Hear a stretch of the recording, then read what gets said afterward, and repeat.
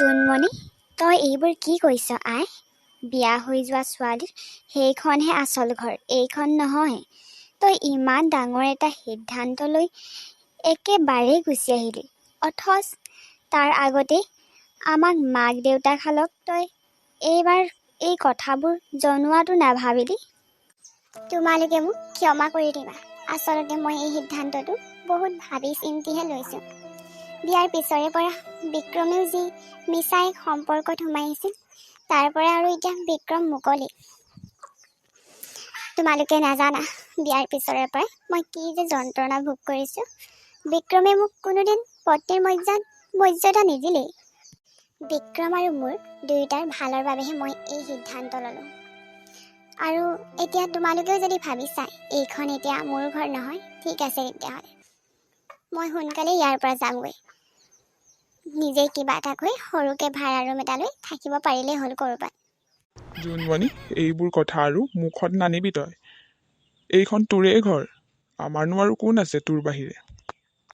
ভাবিছিলোঁ এজনী ছোৱালী সুখত থাকিব, সেই ভাবিয়ে ধনী মানুহ পাই এমাহৰ ভিতৰতে খৰধৰকৈ বিয়া দিছিলোঁ। কিন্তু কি হ'ব, বিধিৰ বিধান। আজি একেবাৰে সময়মতে আহি পাইছাহি। মোৰ কিন্তু তোমালে এটা কথাত খং উঠি আছে। কালি মই তোমালে কিমান সময় ৱেইট কৰিলোঁ জানা? তাৰপিছত ফোন কৰি কৈছে বোলে আজি নহ'ব, কাইলৈ লগ কৰিম। খঙে উঠি আছে কালিৰ পৰা। মই ভাবিছিলোঁ কালি জোনমণি যোৱাৰ কাৰণে খুব এনজয় কৰিম, কিন্তু তুমি চব মোৰ আশাত চেঁচা পানী ঢালিলা। সেইবোৰ কথা বাদ দিয়া বৰ্ণালী, তুমি মোক এটা প্ৰশ্নৰ উত্তৰ দিয়া। আচলতে তুমি মোকেই ভাল পোৱা নে মোৰ সম্পত্তি দেখি আচলতে মোক ভাল পাইছিলা তুমি? আৰে এইবোৰ তুমি কি বকিছা? ভালটো মই তোমাৰে পাওঁ, আৰু সম্পত্তিখিনিও তোমাৰে, কাৰণ তোমাৰতো আৰু কোনো ককাই ভাইও নাই। আচলতে তুমি মোৰ সম্পত্তি দেখিহে মোক ভাল পাইছিলা, এই কথা মই এতিয়াহে বুজি পাইছো। আৰু ভাল পোৱাৰ নামত মোক ব্যৱহাৰ কৰি মোৰ বিজনেছৰ 50% তোমাৰ নামত কৰি ল'লা। বাহ! তোমাক যদি মই ক'লোহেঁতেন বিজনেছৰ 50% মোৰ নামত কৰি দিয়া, তুমি কি কৰি দিলাহেঁতেন মোৰ নামত? নিশ্চয় নিদিয়া। সেইবাবেই তুমি গম নোপোৱাকেই তোমাক ব্যৱহাৰ কৰি বিজনেছৰ 50% মোৰ নামত কৰি ল'লো। আৰু দুদিনমান পিছতেতো আমি হাজবেণ্ড ৱাইফ হ'ম। গতিকে সম্পত্তিখিনিতো আমাৰ দুয়োটাৰে হ'ব। বিজনেছ তোমাৰ নামত থাকক, মোৰ নামত থাকক, তাতনো কি কথা আছে? কথা আছে বৰ্ণালী, বহুত কথা আছে। আৰু হাজবেণ্ড ৱাইফ, তুমি কেনেকৈ ভাবিলা মই যে তোমাক বিয়া পাতিম? মোৰ এই কথা ভাবিয়ে লাজ লাগিছে যে মই তোমাৰ দৰে এজনী ছোৱালীক ভাল পালোঁ। তোমাৰ দৰে এজনী ছোৱালীৰ কাৰণে মই জোনমণিৰ দৰে এজনী ছোৱালীক প্ৰবঞ্চনা কৰিলোঁ। মোৰ নিজৰে লাজ লাগিছে এই কথা ভাবি। সকলোৱে মোৰ সিদ্ধান্তটো বৰ দুখ পাইছে, কিন্তু মই কি কৰিম? এজনী পত্নী হিচাপে মই আৰু কিমান যন্ত্ৰণা সহ্য কৰিম? জোনমণি, তুমি আৰু যন্ত্ৰণা ভোগ কৰিব নালাগে। মোক ক্ষমা কৰি দিয়া জোনমণি।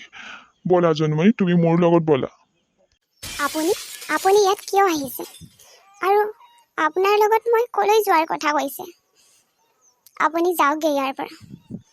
আপোনাৰ লগত মোৰ এতিয়া কোনো সম্পৰ্ক নাই। প্লিজ জোনমণি, তেনেকৈ নক'বা। মই বুজি পাইছোঁ মই এটা ডাঙৰ ভুল কৰিছোঁ, আৰু সেই ভুলৰ মই শাস্তিও পাইছোঁ। তুমি প্লিজ তেনেকৈ নক'বা। তোমাক মই কেতিয়াও পত্নীৰ মৰ্যাদা নিদিলোঁ। আচলতে এই বিয়াখনক কেতিয়াও মই গ্ৰহণ কৰিব পৰাই নাছিলোঁ। মোৰ ভুলবোৰ মই এতিয়াহে বুজি পাইছোঁ। ব'লা জোনমণি, আজি যদি তুমি মোৰ লগত নোযোৱা, তেতিয়াহ'লে মই নিজক কেতিয়াও ক্ষমা কৰিব নোৱাৰিম। কি কৈছে আপুনি এইবোৰ? আপোনাৰ আৰু বৰ্ণালীৰ কথা ভাবি মই সেইখন ঘৰ আৰু আপোনাক এৰি থৈ মই একেবাৰে গুচি আহিছোঁ। আৰু এতিয়া আপুনি? বৰ্ণালীয়ে মোক প্ৰবঞ্চনা কৰিছে। তাই আচলতে মোক কেতিয়াও ভাল পোৱাই নাছিল। মোৰ সম্পত্তিৰ কাৰণেহে তাই মোক ভাল পাইছিল। তোমাক কৰা অৱহেলা আৰু প্ৰবঞ্চনাৰ ফল ভগৱানে মোক বৰ সোনকালেই দিলে। মোৰ সন্মতিৰ অবিহনেই আমাৰ বিয়াখন হৈ গ'ল। তাৰপিছত মোৰ সন্মতিৰ অবিহনে তুমি এইখন ঘৰলৈ গুচি আহিলা। এই সকলোবোৰ এটা বেয়া সপোন বুলি ভাবা জোনমণি। মই তোমাৰ পৰা এতিয়া সন্মতি বিচাৰিছোঁ। মোৰ পত্নী হৈ তুমি আমাৰ ঘৰলৈ যাবানে মোৰ লগত এতিয়া? আপুনি মোক কেতিয়াও পত্নী বুলি নাভাবিলেও আপোনাৰ নামত সেন্দুৰ লোৱা দিন ধৰি মই আপোনাক স্বামী হিচাপে সন্মান কৰি আহিছোঁ আৰু সেই সন্মান মোৰ আজিও আছে। আপুনি যে আপোনাৰ ভুলবোৰ বুজি পালে সেয়াই মোৰ কাৰণে বহুত। ময়ো বিচৰা নাছিলোঁ আপোনাক এৰি সেইখন ঘৰ এৰি এনেদৰে ইয়ালৈ গুচি আহিবলৈ। আজিৰ পৰাই যদি মোৰ এটা ভাল দিনৰ আৰম্ভ হয় মই তাক গ্ৰহণ কৰিবলৈ সাজু।